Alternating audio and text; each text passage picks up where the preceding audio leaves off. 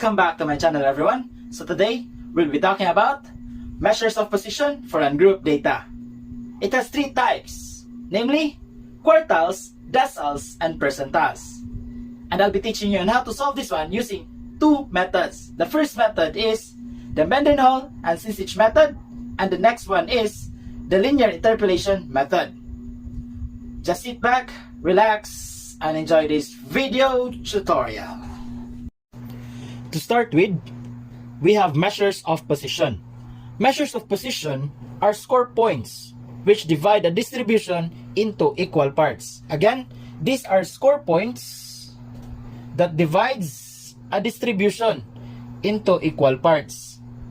So, what are the three types of measures of position? We have quartile, decile, and percentile.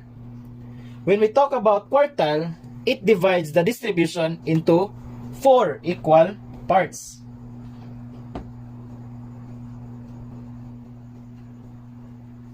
And for the decile, it divides the distribution into 10 equal parts.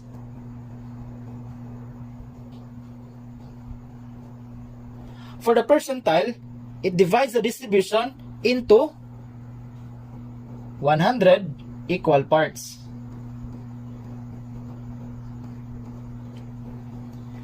Now, for the decile, let's imagine that this bar here or this rectangle here represents the distribution. So the distribution is being divided into equal parts. For the quartile, it divides the distribution into 4 equal parts. So let's divide this one into 4 equal parts. So there are 4 equal parts. Now, as you can see, there are 3 lines. These lines are the score points of the quartile. So we have 3 score points. The first line is the first quartile, or represented as Q sub 1. The second one is the second quartile, which is represented by Q sub 2. And the next one is the third quartile, being represented by Q sub 3. So, as you can see, Q sub 1 is this part here. So, if we are going to imagine that this distribution is 100%, and there are 4 equal parts, so it means that this part here is 25%. Okay? So, Q sub 1 is 25%. How about for Q sub 2? Q sub 2 is at the middle. So, it means that it is equal to 50%. While Q sub 3 is 3/4 of the whole distribution, so it means that it has 75% of the distribution. And for the 100%, we have that one as the whole distribution. So again, there are 3 quartiles, namely first quartile, second quartile, and the third quartile. First quartile is 25%, second quartile is 50%, and the third quartile is 75%. As you can see, Q sub 2 is at the middle, and it is equal to 50%. Q sub 2 is also known as the median. And for Q sub 1, because it is at the lower part, it means Q sub 1 is, or the first quartile is also known as the lower quartile. Again, Q sub 1 is also known as the lower quartile, or the first quartile. While Q sub 3, or the third quartile, is also known as the upper quartile. Now, let's proceed to the next type, which is the decile. So again, the decile divides the distribution into 10 equal parts. So let's divide this distribution into 10 equal parts.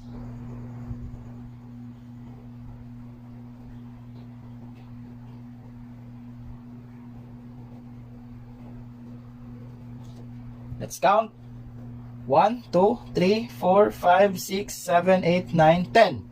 There are 10 equal parts. Now, how many lines are there? There are 9 lines. So these lines are score points that divides the distribution into 10 equal parts. So let's name them. We have D sub 1, which is the first decile, D sub 2, D sub 3, D sub 4, D sub 5, D sub 6, D sub 7, D sub 8, D sub 9.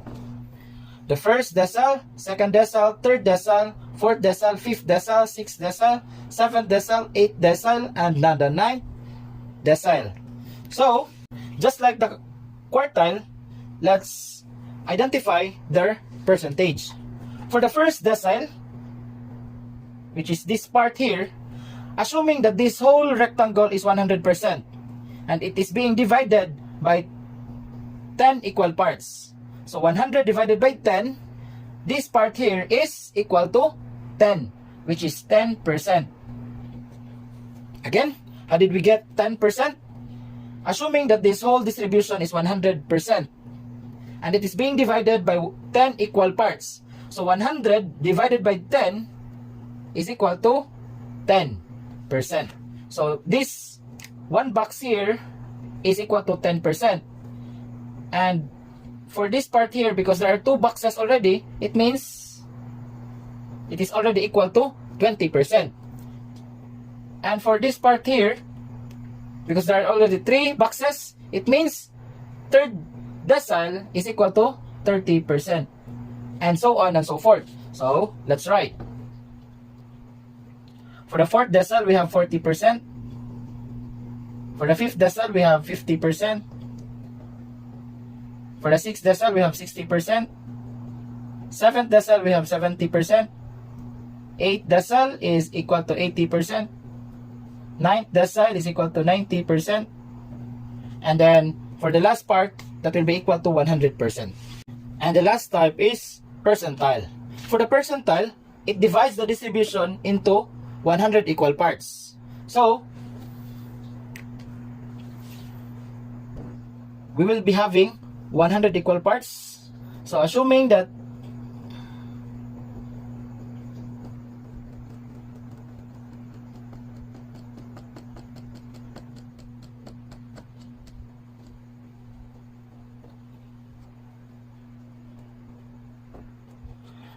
we have divided the distribution with 100 equal parts.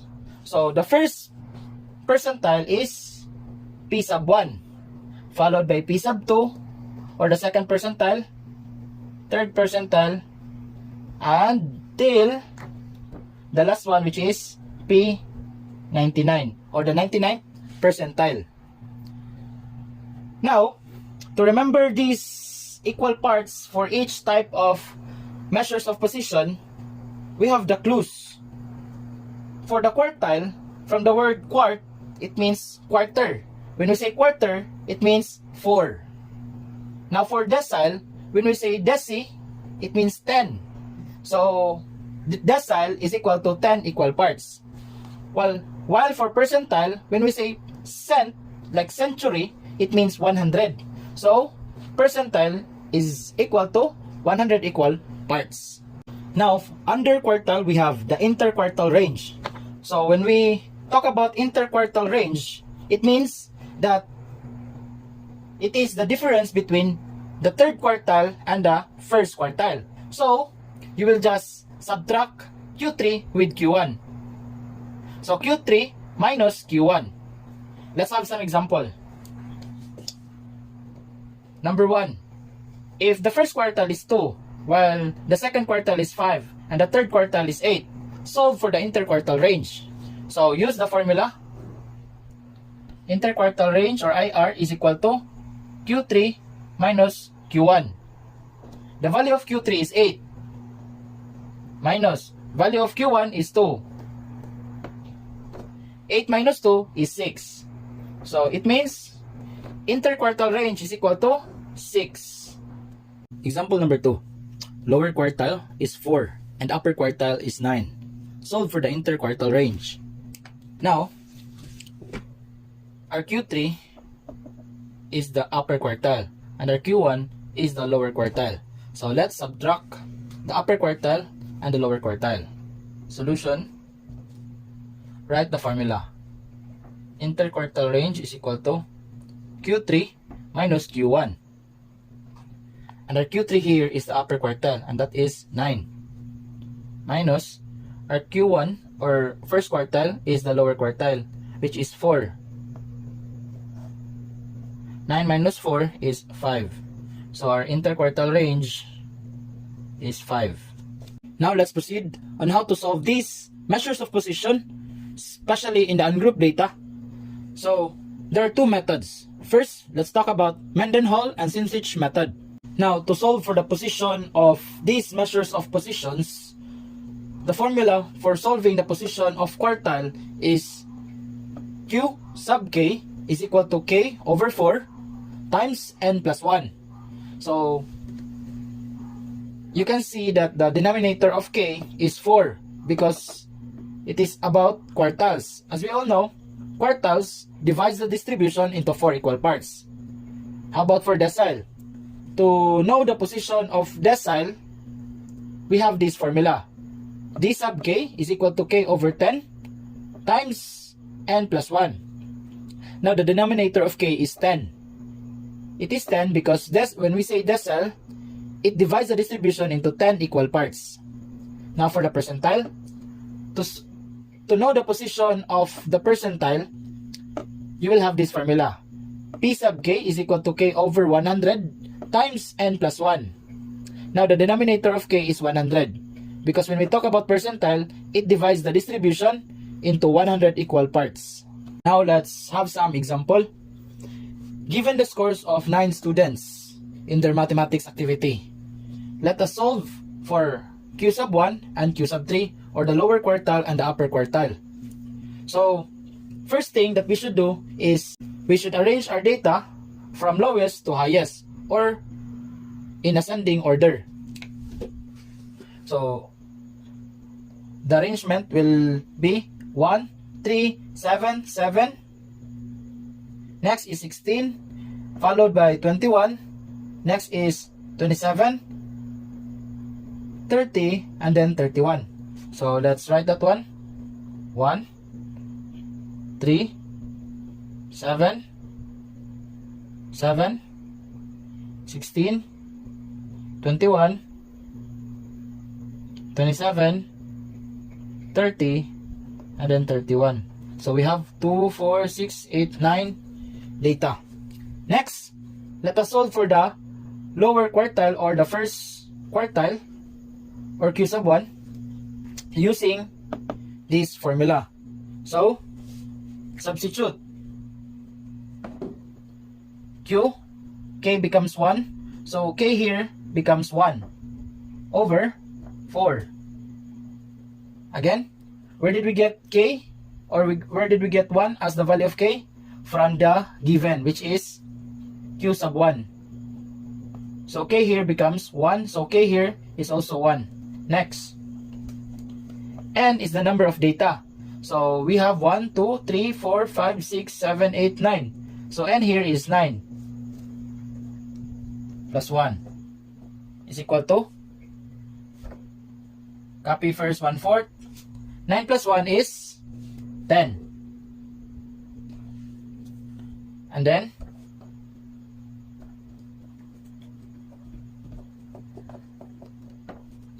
one-fourth of 10 is 2.5.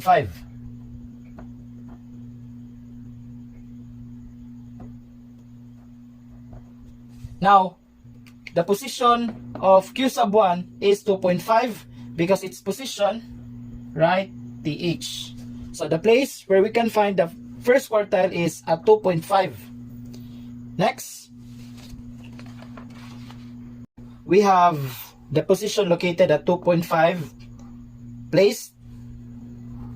Because we have a decimal number, or it is found between two integers, then for the lower quartile, there is a rule in the Mendenhall and Sinchich method that if it falls halfway between two integers, then we should round it up.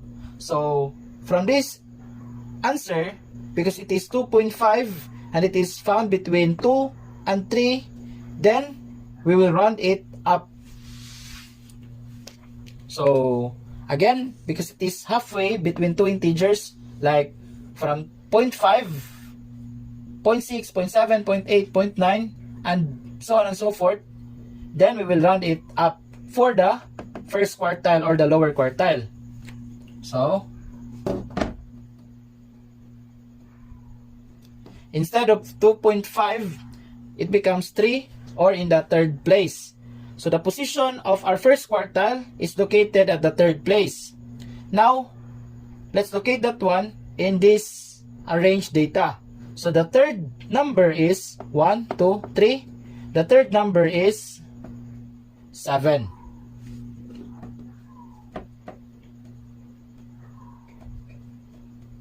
Now we can say that the first quartile or the lower quartile is equal to 7. Now let's try to solve for third quartile or the upper quartile. So just like the first solution, we will substitute the following data. Q sub k becomes Q sub 3. So the value of our k is 3. So k here becomes 3. So that becomes 3/4. Next, n is the number of data. There are 9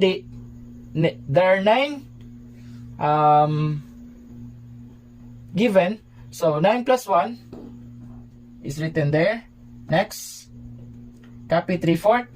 9 plus 1 is 10. What is 3/4 of 10? 3/4 of 10 is 7.5.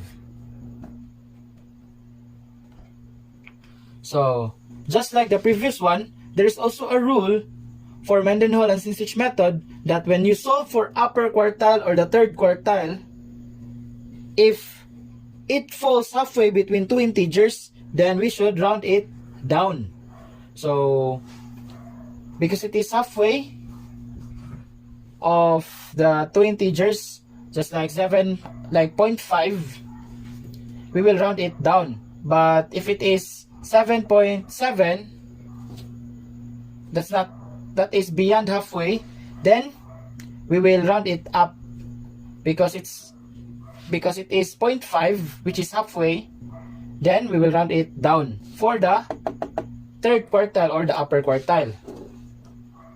So that becomes 7.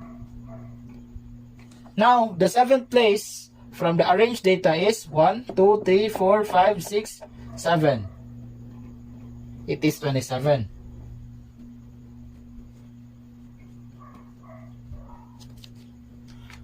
So the third or the upper quartile is equal to 27. As what you have observed, we haven't solved for Q sub 2. Q sub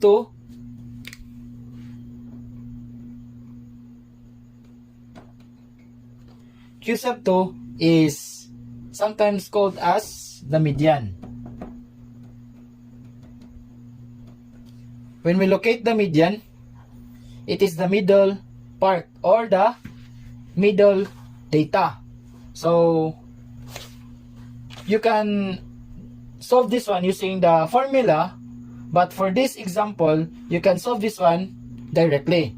So the median or the second quartile of this data is 16. So as you can see, the middle data is 16. Why? We have 9 data. So the middle one is the fifth one. We have this one. Next, and the middle one is 16. So Q sub 2 is equal to 16, which is this one. Okay, now let's proceed to decile. Let's solve for this decile. Solve for second decile and the sixth decile. So let's use this formula to locate the position of our decile. Again, the position of our decile is solved by using this formula. So substitute. The value of our k becomes 2. So this becomes 2 over 10. and then n plus 1, still with the same given, so n here is 9 plus 1. 2 over 10 is reduced to 1/5, and 9 plus 2 is 10. 1 times 10 is 10, divided by 5 is 2. So the position of our decile is found at the second place. Now, let's locate the second data. 1, first, second. So the second is 3.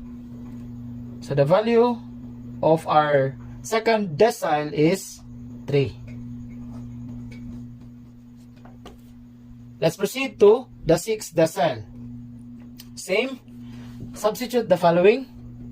So this becomes 6 over 10. And then 9 plus 1. Next, 6 over 10 can be reduced to 3 over 5. And 9 plus 1 is 10. Next, 3 times 10 is 30. 30 divided by 5 is 6.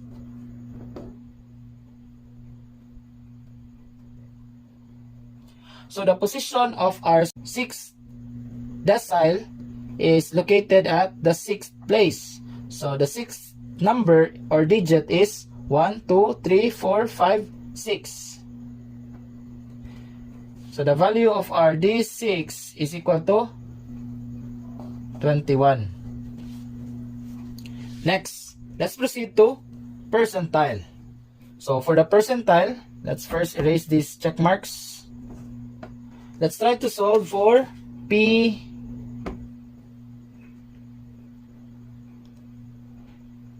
P45, and let's try to solve for P95. With this formula, let's substitute the following given. So K becomes 45. So this becomes 45 over 100. And n plus 1 is again 9 plus 1. 45 over 100, 4.5 over 10. And 9 plus 1 is 10. 4.5 times 10 is 400 is 45. 45 divided by 10 is 4.5.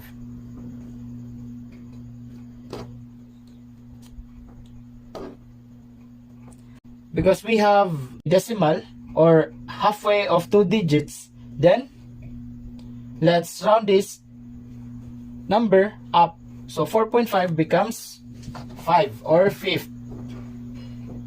This becomes 5th. And the 5th digit is 1, 2, 3, 4, 5. 16. So the value of P45 is 16. Next, for the last one, we have P95. P95 is equal to, substitute K with 95. 95 over 100. Next, n plus 1. That is 9 plus 1. 95 over 100. That is 9.5 over 10. And 9 plus 1 is 10. Next, 9.5 times 10 is 95 divided by 10 is 9.5. So again, the position of our P95 or the 95th percentile is at 9.5. Because it is a decimal number, we will just round this one up. Instead of 9.5, that becomes 10. Now, the 10th digit is at the last one.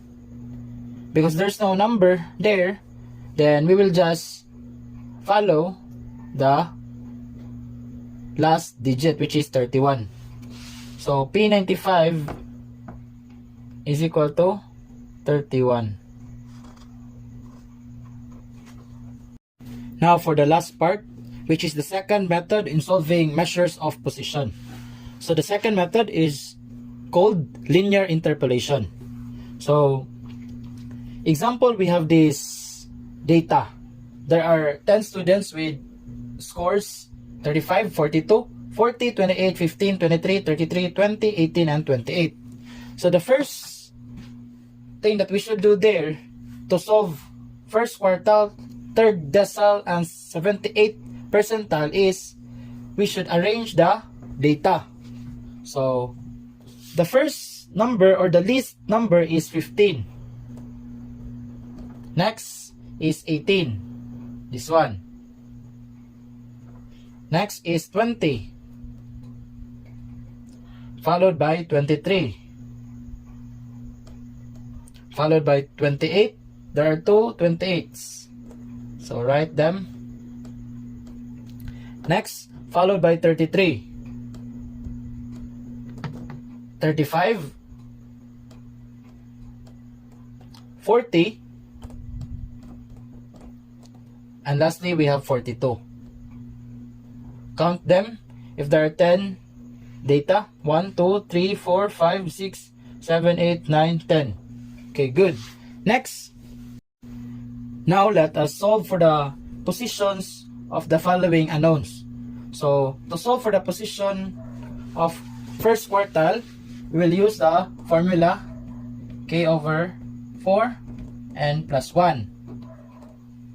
While for decile, we will use k over 10 times n plus 1. For percentile, we will have k over 100 times n plus 1. That is the general formula in finding the position of quartiles, deciles, and percentiles. So somehow they are the same with Mendenhall, but if we will get now the position, that's the time that they will differ with Mendenhall method. So the value of our k is 1, so that becomes 1/4, and the value of our n is 10 because there are 10 data. So 10 plus 1. Next, copy 1/4. 10 plus 1 is 11. 1 times 11 is 11 divided by 4 is equal to 2.75. Now, this is the part where linear interpolation occurs. So, from 2.75, because we have a decimal part, then we can proceed to linear interpolation. But if there's no decimal part, then we will not proceed to linear interpolation. Because we have a decimal part, then we can proceed to the steps of interpolation. First step is subtract the two numbers where we can find 2.75. So we have second and third. So the second and third numbers are 18 and 20. Again, where did we get second and third? Because 2.75 is found between second and third. So 20 minus 18, that's the first step. 20 minus 18 is equal to 2. Next, second step, we should multiply the result to the decimal part. So the result is 2. The result of step 1 is 2. Now multiply 2 with the decimal part of our position. We have 0.75. So multiply that one with 0.75. 2 times 0.75 is equal to 1.5. Next, for the third step, add the result in step 2 to the second or the smaller number. So 1.5 will be added to, again, the result in step 2, which is 1.5, will be added to the smaller number. Where can we find the smaller number? From the two numbers that we have subtracted. So which of the following is smaller? Is it 18 or 20? It is 18. So 18 plus 1.5. So we have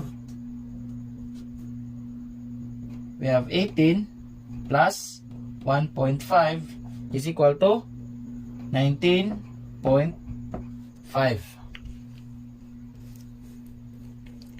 And that is the value of our Q sub 1. So Q sub 1 is equal to 19.5. Next, we have the third decile. So let us solve this one. The value of our K becomes 3, so that is 3 over 10. And N becomes 10, then don't forget plus 1. Next, again 3 over 10. 10 plus 1 is 11. 3 times 11 is 33. 33 divided by 10 is 3.3. Now 3.3 is found between two numbers. That is found between the third and the fourth place. Again, that's fourth place. So let's locate which is the third number and the fourth number. The third number is 20 and the fourth number is 23. Again, where did we get third and fourth? From 3.3, because 3.3 is found between 3 and 4. Again, it is found between 3 and 4. Now, let's proceed to the steps of interpolation. First step is subtract the two numbers. The third number, which is 20, and the fourth number, which is 23. 23 minus 20 is equal to 3. Next, step 2. The result in step 1 will be multiplied to the decimal part of our position. So the decimal part of our position is 0.3 times 3. So 3 times 0.3.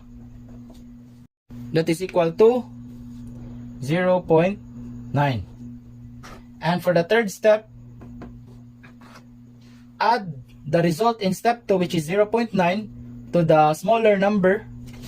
The smaller number between 20 and 23 is 20. So 20 plus 0.9, 20 plus 0.9 is equal to 20.9.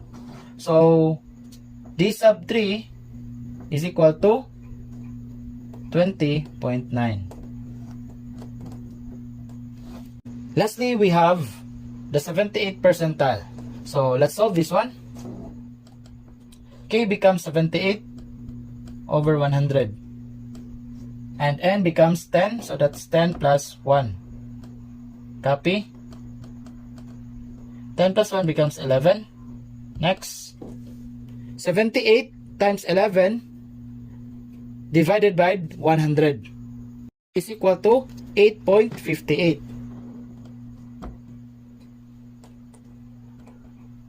So, because that is position, let's put TH. 8.58 is found between the 8th place and the 9th place. So, let's locate the 8th and the 9th place in our arranged data. So, the 8th place is 1st, 2nd, 3rd, 4th, 5th, 6th, 7th, 8th. That is 35. And the 9th place is 40. So, for step 1, subtract 40 and 35. 40 minus 35, that is equal to 5. Next.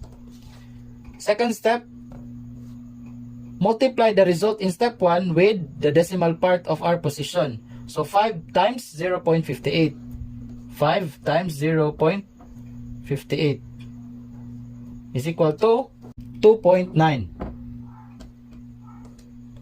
Next, for the third step, add the result in step 2 to the smaller number, which is 35. So 2.9 plus 35, or 35 plus 2.9. That is equal to 37.9. And